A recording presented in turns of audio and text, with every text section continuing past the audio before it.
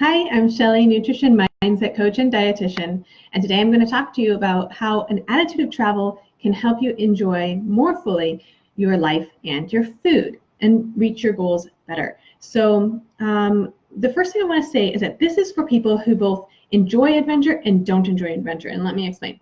So if you enjoy adventure and you love, say, traveling or trying new things, this video is going to help you apply that attitude, that experience, those feelings to the rest of your life, right? Because a lot of times, as somebody who loves adventure myself, it'll be like, I love adventure, having adventures, and they'll be confined to a specific time. And then there's like the rest of my life. And that's not my adventurous life, right? And what I'm proposing is that we expand this concept of adventure to fill all of our life. If you don't enjoy adventure, here is why you should watch this video anyway. It's totally understandable. Like I said, as somebody who has those adventurous moments and somebody who definitely does not have those adventurous moments, to really enjoy the known, the comfortableness of knowing, I think. Because it might not always be comfortable, right? The status quo might not be comfortable. You might actually want something different, but maybe you're just a little bit slower to change, or you keep coming back to what you know and you're doing all the time because it's still more comfortable than the change, right? Maybe you don't really like traveling. Maybe you like staying at home and just experiencing your normal everyday day-to-day life where everything is expected and you know exactly what you're going to be doing at any time. That's great. What comes to mind for you, though, is that just like in The Hobbit and Lord of the Rings, like hobbits were not known for adventure, right? They wanted to stay at home and be really comfortable and just enjoy their quiet life. But the adventure was going to happen whether they were willing participants or not. Right? This whole conflict was going to affect everybody's lives. And so basically, in your life, whether you like adventure or not, things are going to be happening. And you can decide, based on your attitude of how you're going to approach those things, whether it's going to be adventurous or whether it's going to be anxiety producing. And this is something that I've learned myself, and I've had to be practicing more and more every day. And the more I practice it, the less stress I have, the more able I am to really fully enjoy my life and to experience all the things that are happening rather than just wishing for something else far away and wanting my life to be there and kind of forgetting everything else in between. So hopefully, this idea of whether you like adventure or not like adventure, or if you're somewhere in between, you can kind of have that in mind as you go through the rest of this video. There are five qualities of this attitude of adventure that I wanted to talk to you about today. And those are anticipation, curiosity and openness, joy in the moment, flexibility, and roundabout progress. So starting with the first one, anticipation. This idea of, and then what happens? Like when somebody's telling you a story and then you realize, did you really involved, and they stop? You're like, wait, what happens? What happens next?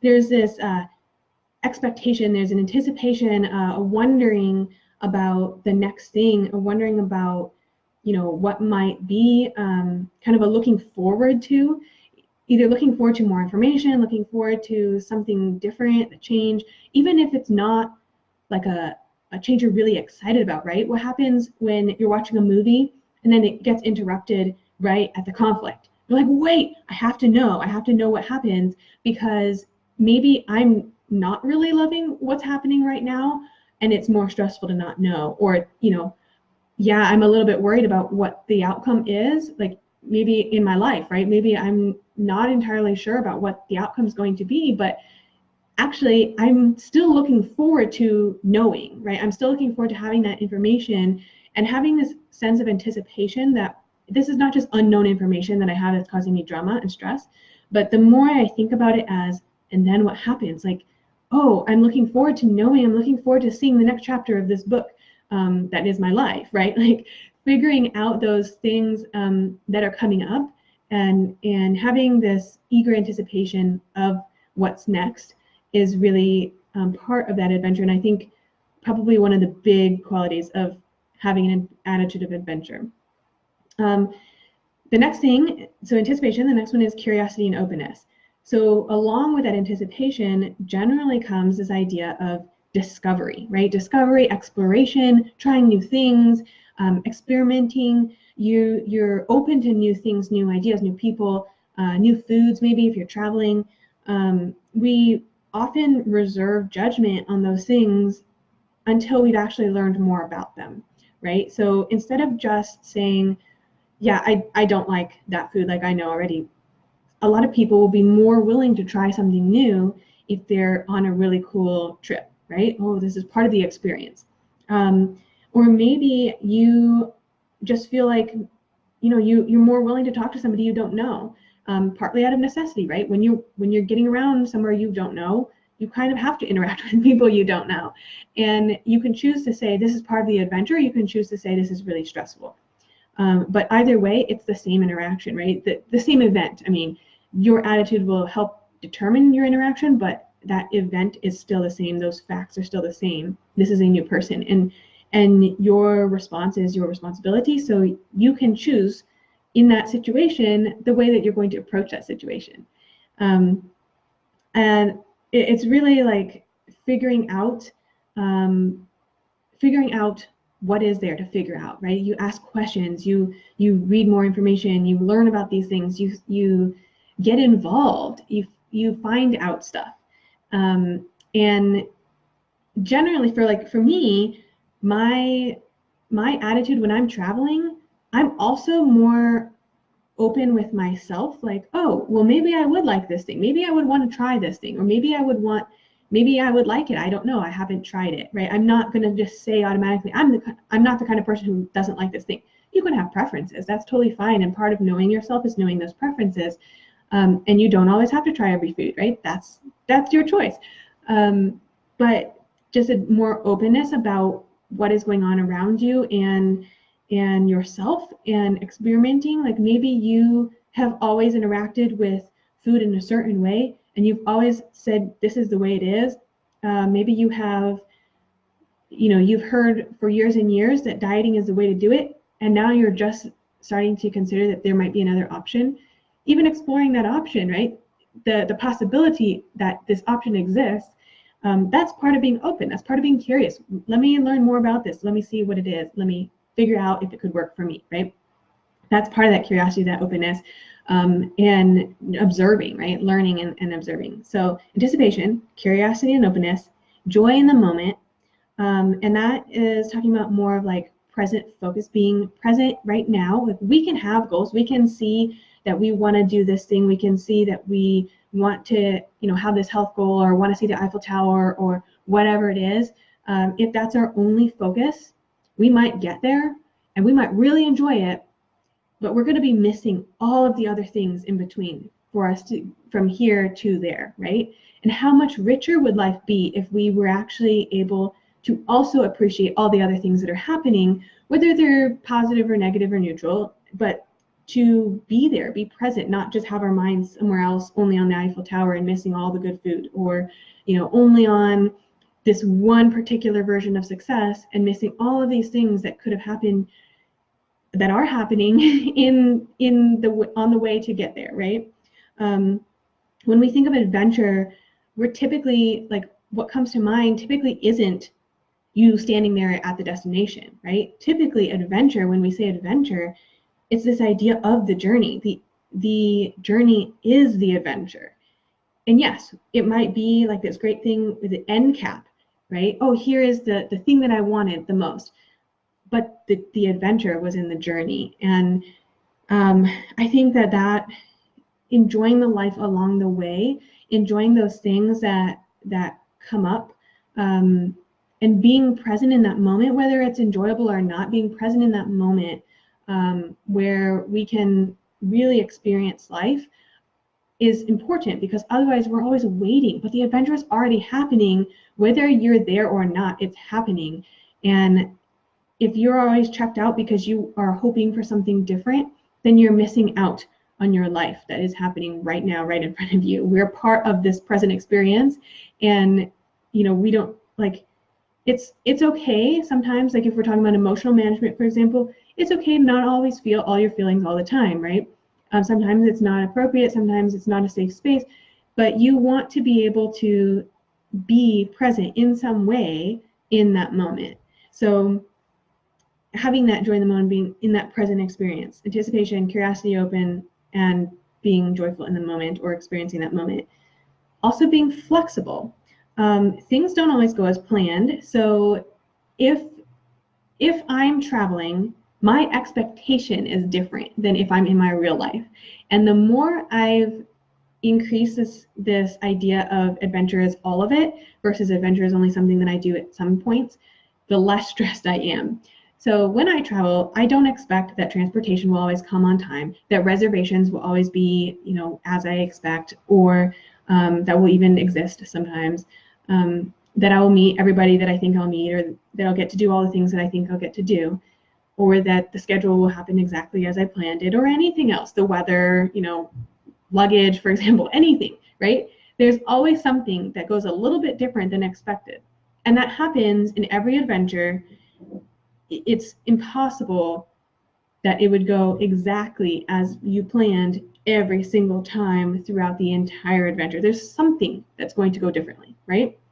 And having that flexibility is a lot of times just about having the expectation.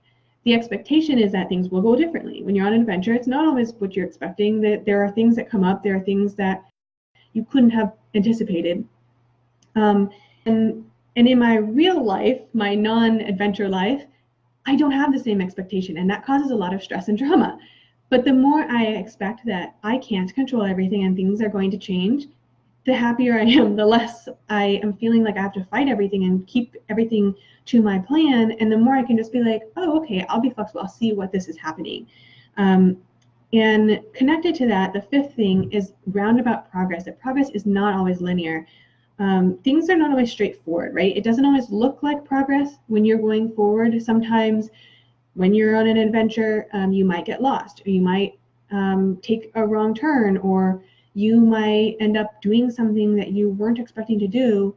And all of those things could either be extremely frustrating, or it could teach you something, or it could show you something different, or you could find out something that you would have never known otherwise. Maybe you walk by this place that is like this cutest little hole-in-the-wall restaurant, or a museum that you never knew existed, or you meet a local who tells you all the best recommendations and it ends up changing your entire itinerary.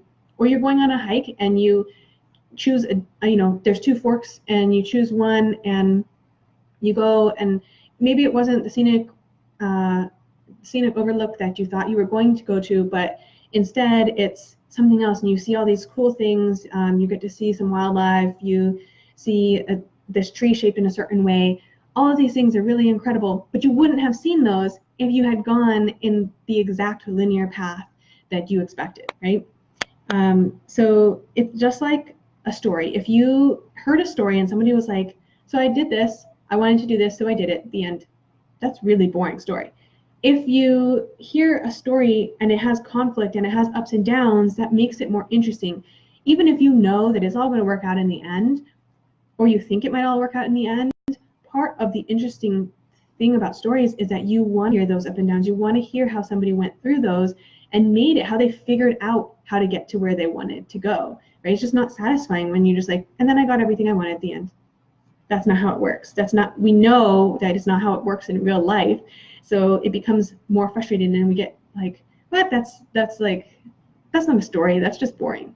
So those roundabout areas of our life can add interest. They can add that adventure to our lives, and they can teach us something that we didn't think we were going to know, or they can prepare us for something that we wanted later on, but we didn't have that information before, right? There was no other way to get that information or to learn or develop that piece of ourselves except through that challenge, or except through that roundabout way of moving forward.